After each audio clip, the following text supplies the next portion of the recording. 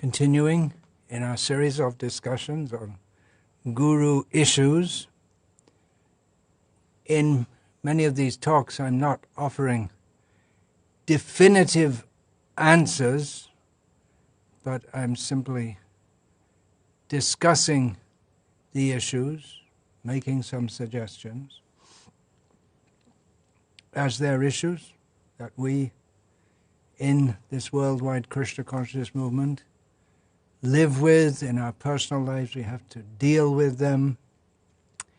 Today I'm going to talk about gurus as managers, because obviously in a big worldwide movement, management is required. Srila Prabhupada himself was very much aware of that, and he set up the management systems, and he was very much tuned into it. So it isn't that management in and of itself is something material. Rather, Srila Prabhupada, he rejected that idea. He said that management is archana. It's just like deity worship. Apart from the worldwide management, the high-level management of ISKCON, every little center requires management. Every little traveling Sankirtan party. I used to go out in groups of just 3 of us or 4 of us. We'd go out for a considerable period, and someone has to be in charge. It requires some management, procurement of books, keeping the money which comes in properly so it doesn't get stolen, organizing the men, dealing with problems that inevitably arise. Management is required. However, management, by its very nature, especially in this Kali Yuga, leads to discontent among some of those who are managed or some of those who are trying to be co-managers, and it can be seen as a political service. I was surprised when, in the course of discussion, one of the leading disciples of a major guru here in ISKCON, in India, major means he has many disciples, referred matter-of-factly, as if it was just accepted by everyone, that guruship is a political post. Politics and management go hand in hand, and especially if gurus are involved in the day-to-day nitty-gritty management issues of ISKCON, they can bring a lot of clout as gurus to push through the agenda that they wish to be pushed through, which is maybe not very pleasing to others who don't agree with that agenda or don't agree with that way of doing things.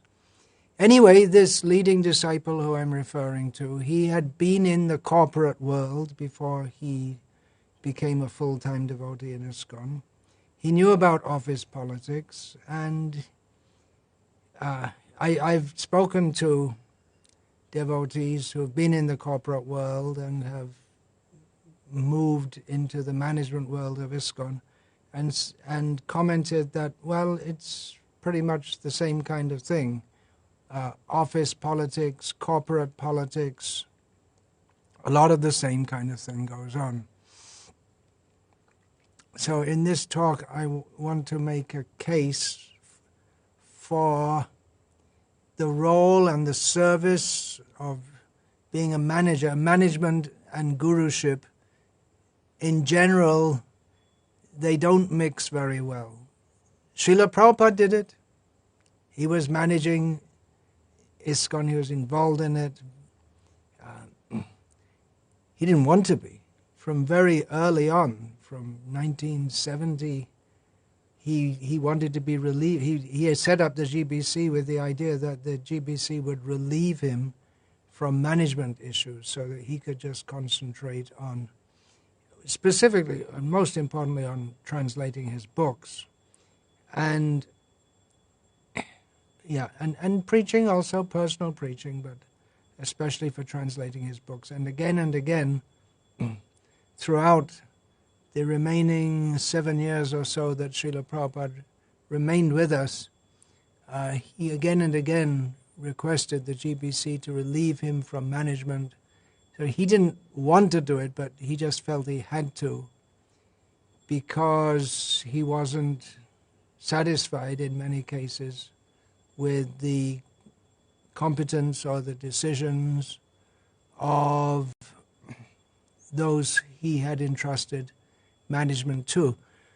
But anyway, we can understand from this that it's not an absolute principle that gurus mustn't manage, and to some extent it's unavoidable. Srila Prabhupada said that management follows preaching like a shadow. That's it. I want to find that quote. I'll just make a little note for myself. I do remember it. I'm going to try and find it.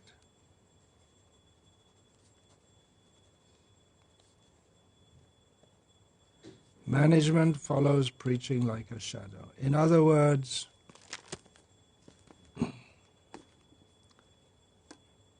it's unavoidable. It will be there. The real thing is the preaching, but the management has to follow.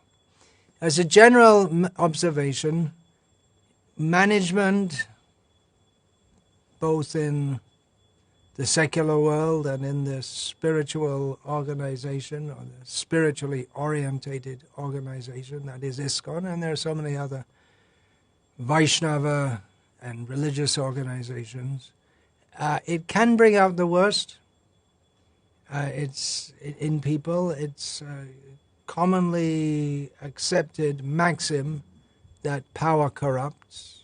Of course, power only corrupts if the seed of corruption is within the heart. We don't see that power corrupted Srila Prabhupada. But as a general maxim, it is stated that power corrupts. Maybe it's our jaundiced vision that we tend to see the mistakes of those in management positions, especially because when you are in a position of authority, your mistakes can be very big mistakes. If you don't have a very large area of jurisdiction, then your mistakes, they may tend just to affect you and a few others. But if you're overseeing many people, then your mistakes will tend to adversely affect many people, and and there's going to be some complaining. Management can bring out the best in those who are very competent to do it. We might not even notice very much devotees who have been patiently and quietly overseeing projects for many years. There are devotees who have been managing in temples, zones, for years and years and years and years. And sure, everyone makes some kind of mistake, but even to stick it out is quite an achievement. Management is not easy. Management in Krishna consciousness. It's relatively easier in the secular world, where the bottom line is, do what I say or you don't have a job. But in Krishna consciousness we have to inspire others to serve. And we're looking for a very high level of service, of surrender with nothing reserved, no personal desire, nothing. So really, to manage in Krishna consciousness, the way to do it is by inspiration, by one's own personal example. But even then, Srila Prabhupada was, of course, the best personal example, and it's not that everyone lived up to his expectations or hopes. Management problems are perennial. There was a magazine published from New Vrindavan from maybe the early 70s. It was called Brijabasi Spirit, and it was a popular magazine throughout ISKCON. It got circulated beyond New Vrindavan. Anyway, in 1975, the editor of the Brijabasi Spirit interviewed Nitai Das, who was traveling with Srila Prabhupada as Srila Prabhupada's Sanskrit editor. So naturally, he got to hear many of the things that Srila Prabhupada said privately, and was privy to many of Srila Prabhupada's personal observations about this movement and about so many other things. Now, Nitai Das, his departure from Srila Prabhupada's movement was inglorious, no doubt, but at the time he was in good standing, and there's no reason to doubt his observations. So it's quite instructive, in as much as we see that management problems are perennial. He openly said that, according to what he'd understood from hearing Srila Prabhupada, that Srila Prabhupada saw that some of his leading disciples were not spiritually so much qualified for leadership positions, but he kept them in the position because you need someone to do the job, and not everyone can manage. You can have someone very pure. In our movement, we know of some very pure devotees, just like Vibhu Chaitanya Prabhu, who lived in ISKCON Vrindavan for years, is recognized as a great saintly devotee. He had nothing like, not a cell in his body was attuned to management. He was a cook. So that's an example. But so Srila Prabhupada, his hope from what Nitai said was that they'll become purified by going on practicing Krishna consciousness. And of course, Srila Prabhupada, he emphasized so much that again and again and again, that all the devotees must rise early, chant their rounds, go on Sankirtan, study the books, hear the classes, and the leaders in this must be the temple leaders and the GBCs, which led Satsrup Maharaj to paraphrase this, that leader in Krishna consciousness means leader in hearing and chanting. Now, I'm speaking in a general way here about management, and I'll get back to the point about gurus a little later. So in the Brijbasi spirit, it was reported that a devotee had said to Nitai, some devotees in positions of authority think that they're absolutely right, and that others, if they don't agree with me, are wrong. Things have to be done my way, not fully taking into consideration Prabhupada's instructions, and not having spiritual broad-mindedness. Nitai Das replied, his observation was at that time, and it could be seen now in some cases also. Nitai said that, well, the difficulty is that we're all in the neophyte stage, and the more we get some power or authority, the tendency is to become motivated by self-interest. It's just a symptom of not being advanced in spiritual consciousness.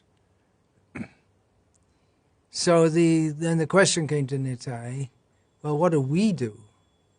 We are neophytes, we're under the managers. How do we cope with a manager who is, what's being hinted at is egotistical and maybe doesn't have our best interests at heart. Well, Nitai said, well, the opportunity is there for everyone to be Krishna conscious. It's not, however, the manager above you acts, he's engaging you in Krishna's service. And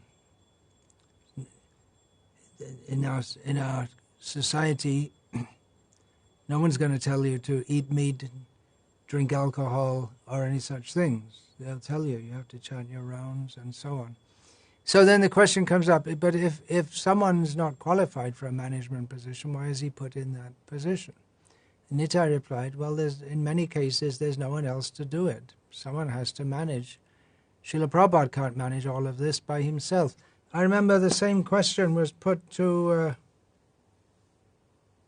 Sohotra Swami when he was GBC in Poland, and there was some devotee who was a manager who in some ways was very efficient as a manager, but the devotees under him didn't like him. And it was brought to Sahotra Swami, and he said, well, who else is going to manage? Who's going to do it? And I've actually seen that in several cases, that devotees rise up against their temple president, have him removed, and afterwards the whole situation just deflates. That the manager may have had so many faults in so many ways, but he was good at managing.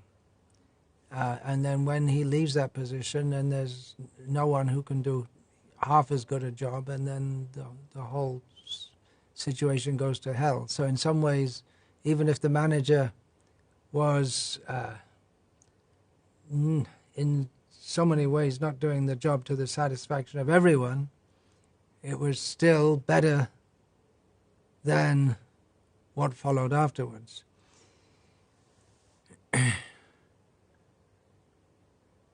So Nitai got the point. The man has to be a good manager, and at the same time he has to be a strong devotee. Then Roma Harshan, who's interviewing, said, so if he's not a good manager, then he should just get kicked out. Isn't it? And I'm paraphrasing, of course. And Nitai said, no, Prabhupada never acts like that. He tries to train the person to manage. Prabhupada is not the kind who will shove someone out of a position. His idea is to try and train him to act in that position. He doesn't like to take a person out of a position, but he tries to reform him so that he's qualified. And from my study of Srila Prabhupada's dealings, which I've been studying in quite some detail over the last few years as I've been working on a major publication on Srila Prabhupada and his desires for his movement and how he interacted with devotees. That was very much Srila Prabhupada's modus operandi. He didn't, generally, he wouldn't throw anyone out. He would always try to reform them. Of course, if someone was seriously breaking the principles, then they could be removed. But often Srila Prabhupada would move especially if they were devotees who had put in a lot of very good service, Srila Prabhupada would move them from one position to another. He just wouldn't throw them out on the street. He appreciated the service they'd done. Now, these kinds of traits in gurus, where someone is my way or the highway, not a good manager in so many ways, but attached to doing that anyway. Obviously we don't want that kind of thing in gurus. We want to look up to gurus as the ideal of our life. Not someone that we're engaged in managerial tangles with. Some of our gurus who are involved in management are definitely very dedicated, very hardworking, no gross sense gratification, no question of that.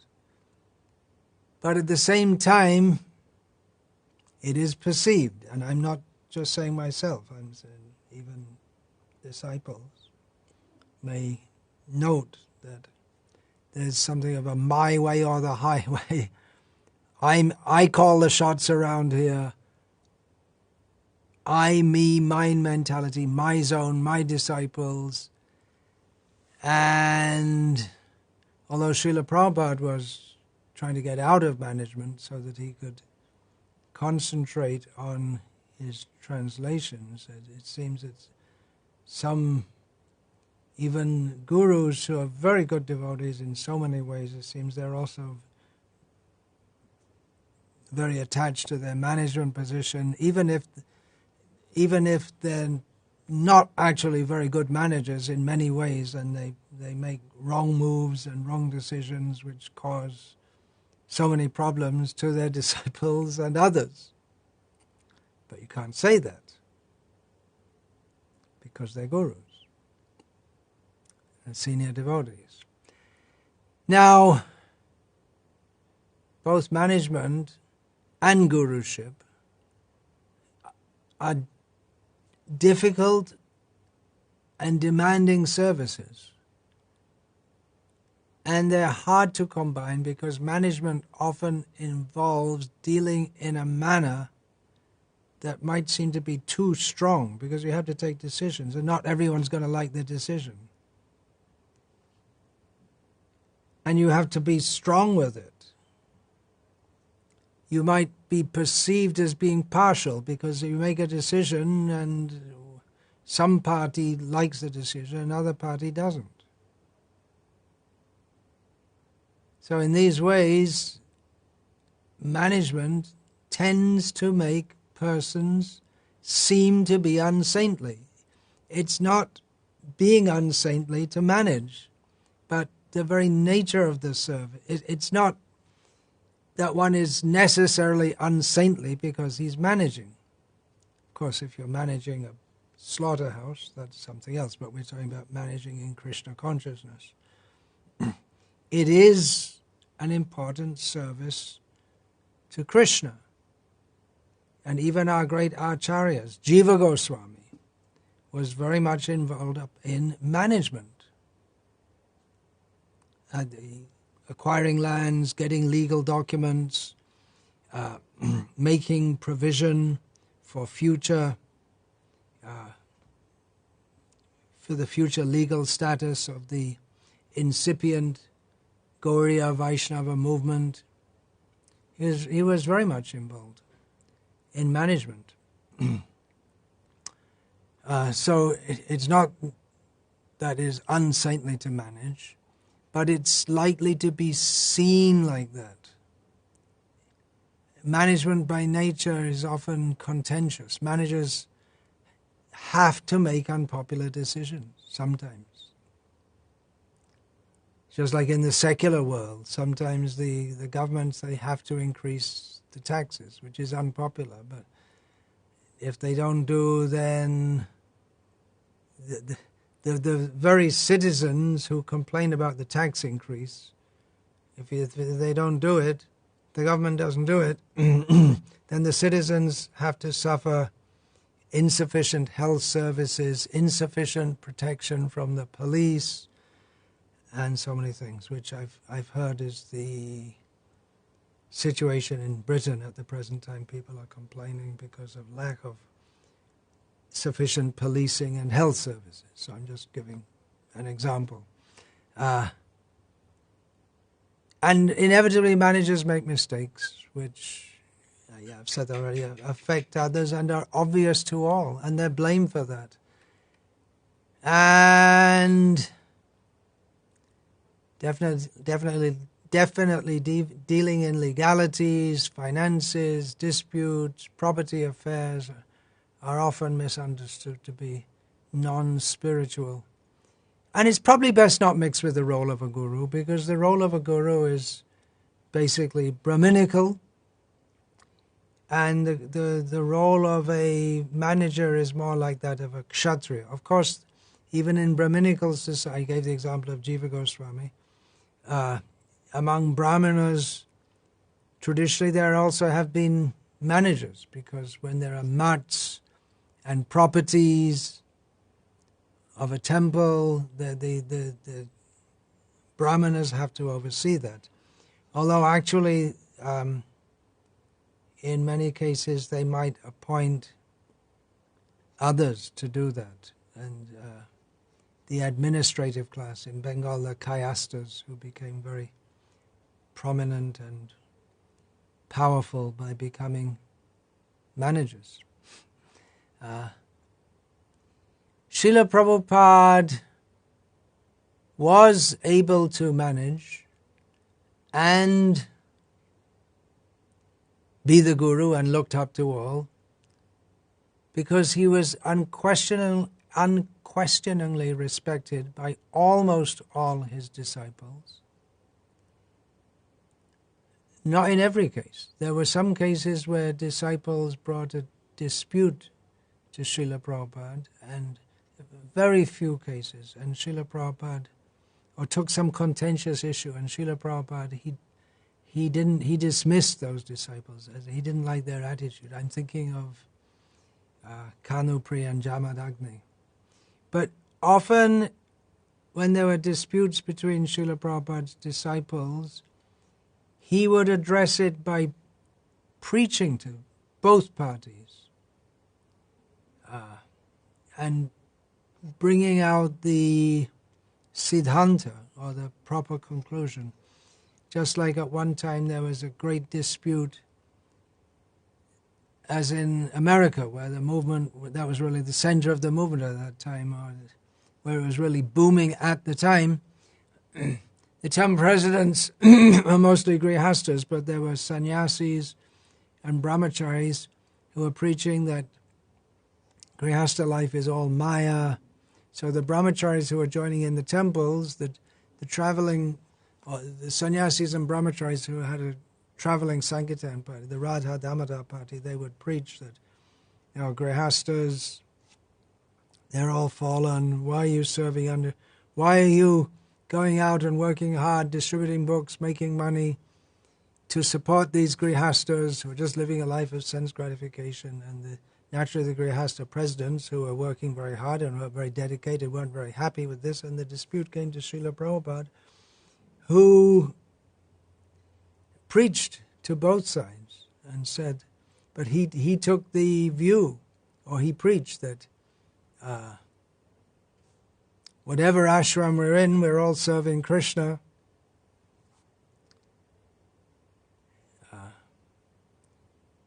Grihastas, they can also preach. It's not that they're condemned. And he said that in this age no one can follow all the rules and regulations so strictly. So he did take the side of the grihastas in this issue. But he did it by preaching, not they just, and he dismissed Tamal Krishna Maharaj, who was the leader of the Radha Damodar Sankirtan party. He did remove him from his post, but he gave him another bigger preaching challenge. And Tamal Krishna Maharaj himself was big enough, in not only in his position, but in his commitment to Srila Prabhupada, that he was able to take such a heavy chastisement, and he ran with it. And eventually his bigger engagement was to preach in China, which he eventually did. Another reason that Srila Prabhupada was able to manage and be the guru was not that he was unquestioningly accepted by all. Well, actually, some devotees, very few, Tamal Krishna Maharaj was one of them, was one who would actually argue with Srila Prabhupada sometimes over managerial issues and this and that. But Tamal Krishna Maharaj was maybe the heaviest person in our movement, but There was one who was heavier, Srila Prabhupada.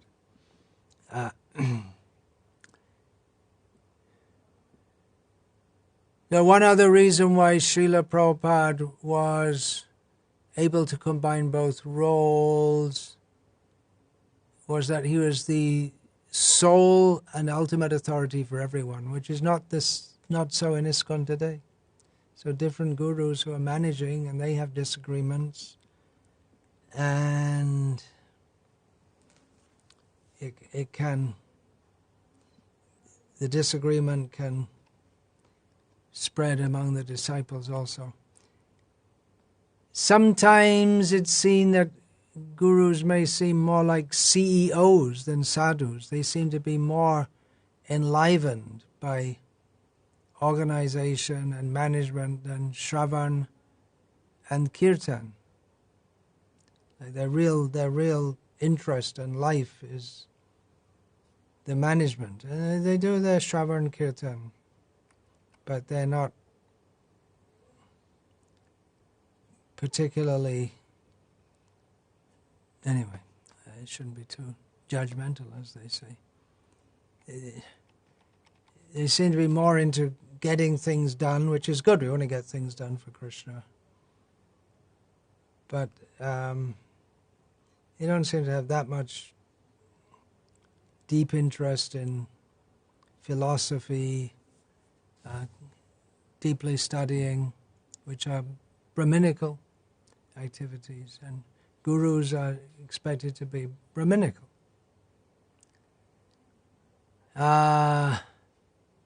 So in this way, the gurus who are very much into management may be seen to be not. They may be seen as not very spiritual personalities, and some who are in management are well known, even by their disciples, because I've heard from the disciples, to lie and be deceitful and do politics, and then the disciples also lie and do politics with them. It's all very, I find it very distasteful and disturbing to practically have to deal with certain Vaishnavas in a manner that is political.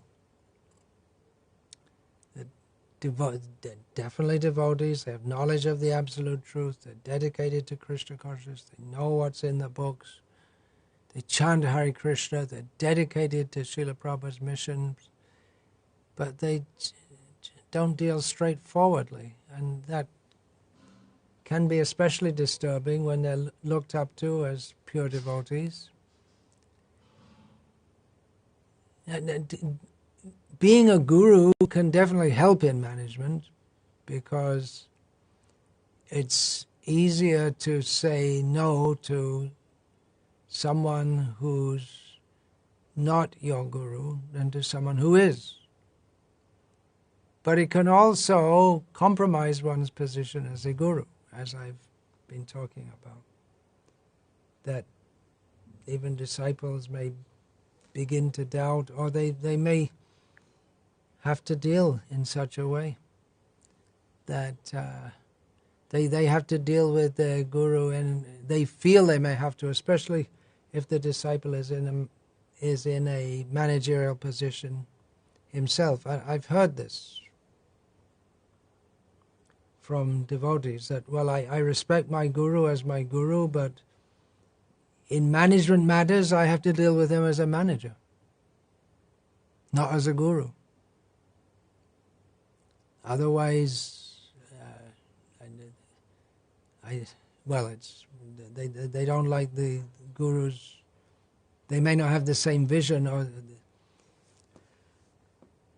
for their project. The guru and the disciple may not have the same vision, or how to deal with certain situations, how to deal with certain disciples. I know myself, in my days of management, I was very disturbed. Well, actually, I couldn't manage properly because my guru godbrother was angry at me because I wanted to throw out devotees who I knew were stealing, repeatedly stealing. And telling me I'm envious of them, and eventually I threw them out anyway, and he wasn't happy. That'd be more difficult if you're a disciple. You've got devotees around you who you're being forced to keep in the position, and you know they're stealing, but the Guru doesn't want to remove them. These are the kind of things that arise. And then it's hard if the disciple has to relate to a Guru more in a managerial context than a spiritual context. Then your spiritual connection feels depleted. He's more my manager than my spiritual guide. And it can be that devotees are spiritually advanced, but managerially not so capable. But because of having that power, for whatever reason, they have that authority both as guru and as manager, and they become as if unquestionable, and then make big blunders, managerial blunders, which can cause serious, long-standing problems.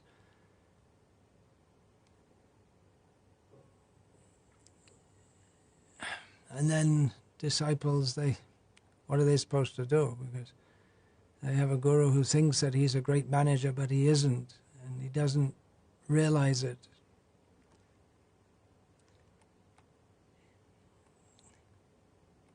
Yeah, it's common. It's this gurus, officially gurus, there may be someone who's a senior devotee, you can't say anything against them, they can't listen to anyone. It's a common problem, which actually Kundali, our godbrother, he was very much into this, but he was not appreciated for that, no doubt. But he emphasized the point that it's a huge and a hugely damaging mistake to presume that because a devotee is a spiritual leader or a manager, that they must be spiritually advanced. That the post automatically confers spiritual advancement. But simply being appointed to a post doesn't necessarily make one spiritually advanced.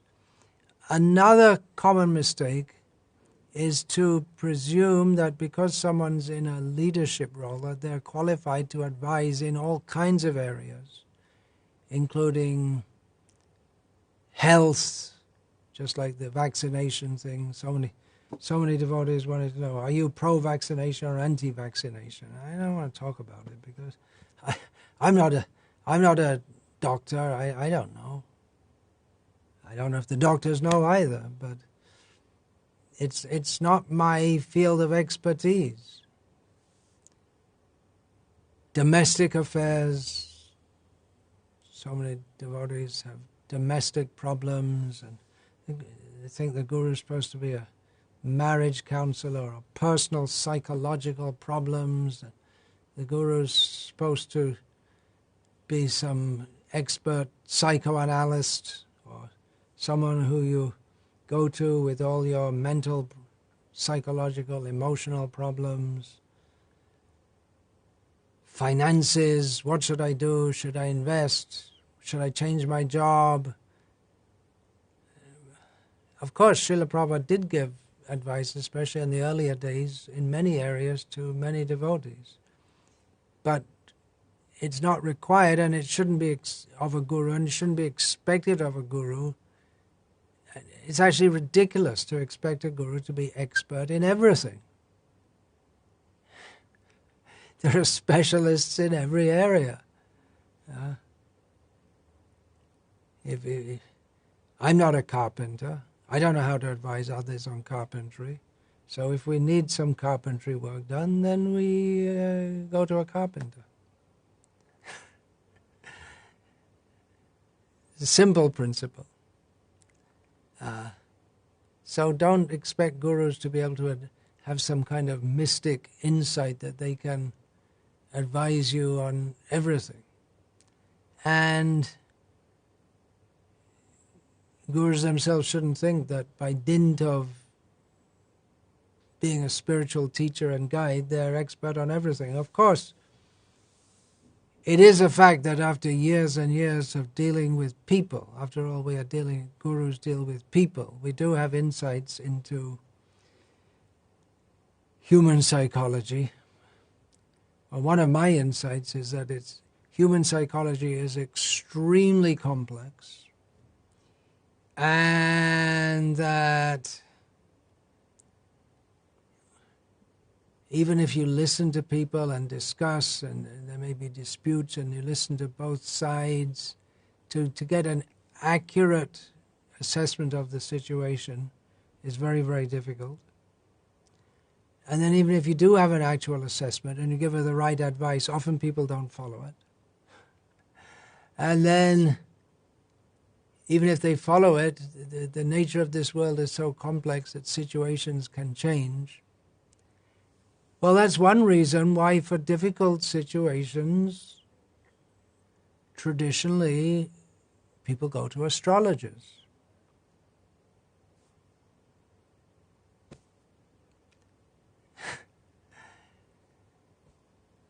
Grihastas, especially. Of course, in the traditional Varnashram system, life wasn't so complex. There's a lot of propaganda. You don't have so much freedom. But one thing about not having so much freedom is you don't have so much danger either. And with everyone's roles clearly demarcated, there's less room for people to get into difficulty. Everyone has their own particular duty to perform. Life's much easier. It's unnecessarily complex in the modern age. So gurus, yeah, they may be competent to advise in some areas, but on the other hand, is it really what I am expected to do to people tell me all these complex situations in their life, and I'm supposed to get involved, and our basic thing is to encourage devotees to follow the principles of Krishna consciousness, study the books, and to speak on Shastra.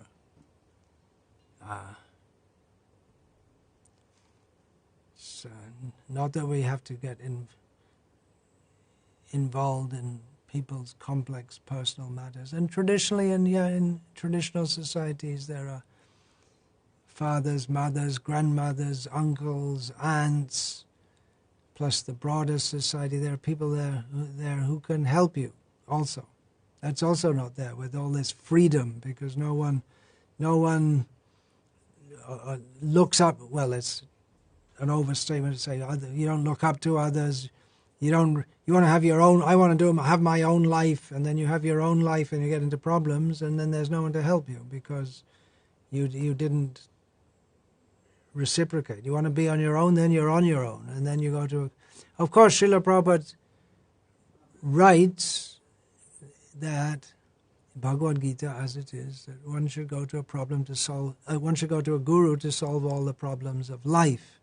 But the ultimate, that doesn't mean that the guru has to get into the Gordian knot of all your complex problems, but rather you cut the Gordian knot. Ashvatamenam suvirudhamulam. What is that? Asanga shastrena dridhena chitva.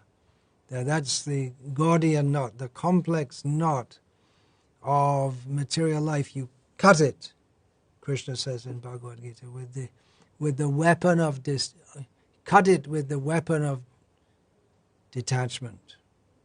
So that way the Guru should preach. So yes, whatever situation you're in, then tateno kampan susamikshamano, you tolerate and go on. And you may have to make some adjustment. For that adjustment, ask an astrologer. That you could do. Of course, you have to get a good astrologer.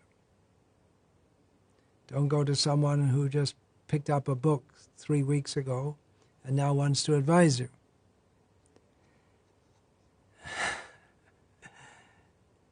So it may be that gurus are qualified to advise in some areas, but it's not simply by dint of their spiritual or institutional role. It's not that just that because you start to initiate that suddenly you become a financial expert or a qualified managerial advisor, all knowing about everything. And it's ridiculous even to think so, but it's maybe even more ridiculous that some disciples seem to expect it of gurus, and some gurus seem to think it about themselves, and that disciples should do whatever they say in all matters without question. And so many times disciples come to me and say, well, I'm confused about this and that, and I'll just do what you say. Whatever you say, I'll do. But should I do this course in the university, or should I give up my studies in the middle, or should I reject my parents? And actually, there are much more complex situations than this, but whatever. Should I advise on such things, in all such cases? Better that you discuss with devotees who know you very well, who know your situation. In many cases, devotees will come, they're just impetuous. They just can't, they're not serious to follow, even if you say it. And somebody said, I get a letter from someone, and then I reply based on what they write, and they write back and say, well, in the meantime, I decided to do something different. After writing you a huge, long letter, asking for advice, take the trouble to consider it, give advice, and then they just change it. And these are the kind of things, issues that gurus face, which is one reason why many of them are not very keen to get involved with all these kind of things. But there are gurus who just say, okay, you do this, you do that, you do that. Actually, Srila Prabhupada was extraordinarily expert in many areas, but it's not, you shouldn't think that every guru is going to be like that, or has to be like that. In fact, in some areas, gurus should be ready to take advice from disciples. I do all the time with my disciples. Technical matters, computer matters, travel-related matters, financial matters, dealing with different devotees. How do you think we should, this and that, and so many things. Anyway, as a general principle, sannyasis and gurus should not be seen as being more into management and bureaucracy and organizational matters than studying and teaching, which is what they're principally supposed to be doing. In a previous talk, I read from a message from the GBC to the devotees of ISKCON on Gaur Purnima 1999. I'll read another extract from that. At that time, the GBC gave a message that the governing body commission accepts that in general sannyasis and gurus should focus their energies on Brahminical activities such as the studying and teaching of Shastra, the development and teaching of training systems, holding seminars and ministering to individual devotees, and that they should avoid administrative and managerial duties. Okay, the GBC said it. Authorized. Ministering to individual devotees, and I've just been talking about not ministering. No, we do minister to individual devotees, but we don't want to get caught up in devotees' complex psychological mix-ups. Ministering means you advise. You may advise in so many ways, but the main thing is to advise to improve your chanting. The real solution to all problems is to become Krishna conscious. Material life is going to be full of problems. Bring people up to the spiritual platform rather than getting involved in the nitty-gritty of people's personal issues. That may, again, that may be to some extent. But the general point is that gurus should be seen as sadhus rather than politicians or bureaucrats or whatever.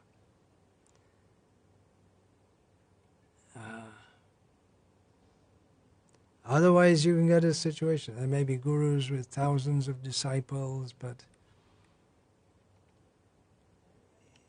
may be seen as being attached to his post, not much interested in going deeply into discussions of Krishna conscious philosophy. They can spend hours discussing managerial issues, but don't put time aside for philosophical issues.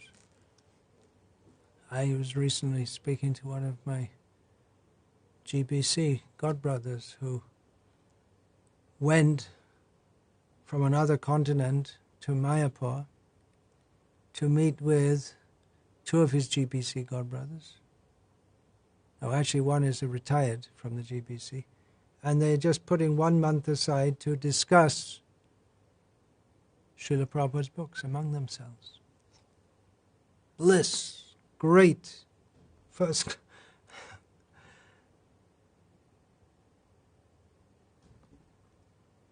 Management will go on, whether we do it or not. Someone will do it. Someone should do it. But we don't want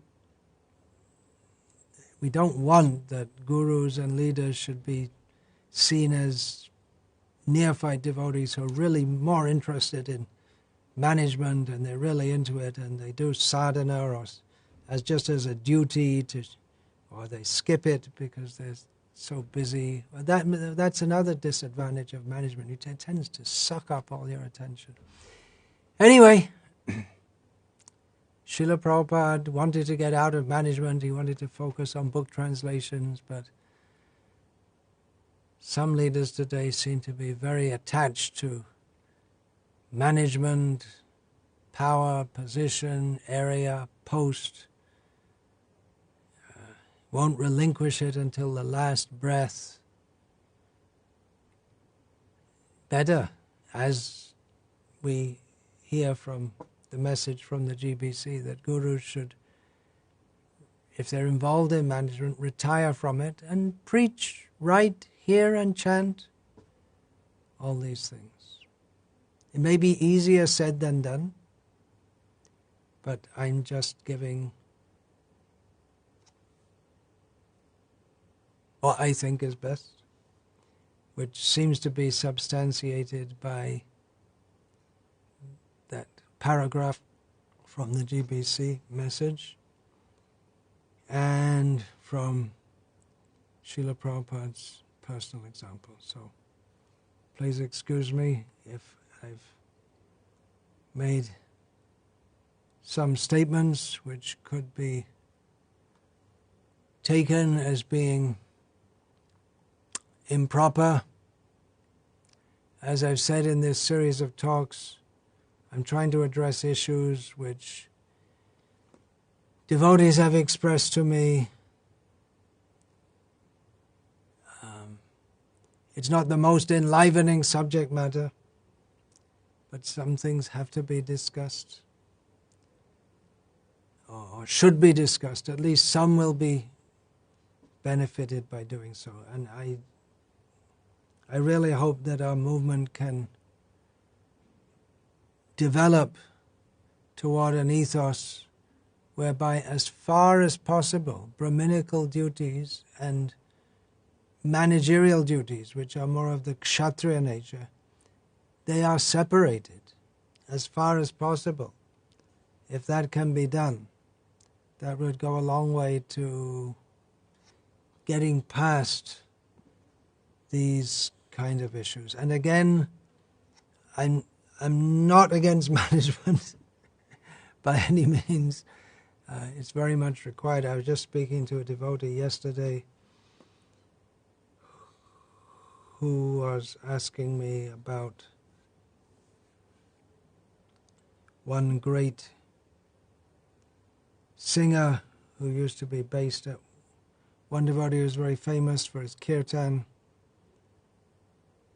and he's passed away now, that devotee. And I said, well, I have my reservation, even though he's lauded as a great devotee, but I have my reservations because he wrote a book in which he's just blasting everyone who's in management, as if everyone in management is just in it because they want name and fame and power and position, and they should be like him and just do kirtan.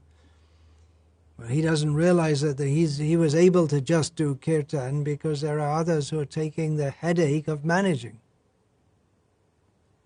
He wouldn't have a nice temple that he can just come and sit and people come around and adulate him. But that requires management to run it on. So I'm not, for that reason I wasn't, although his kirtan's nice, but it's an improper attitude. Management is not easy, and we shouldn't think that managers are wrong because they're managers. Rather, they're taking a great burden.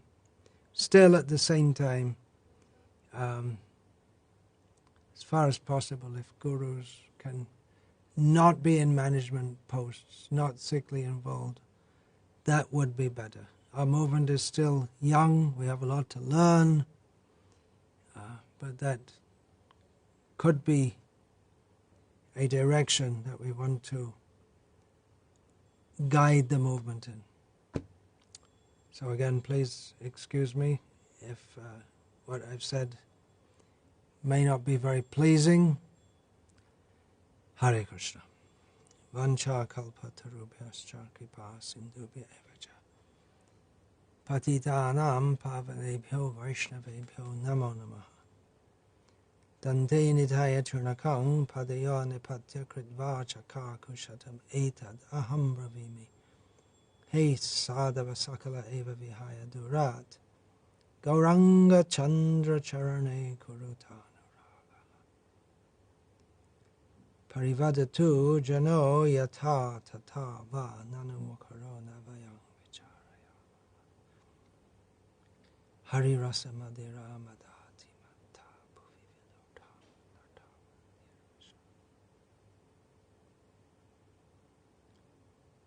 Hare Krishna.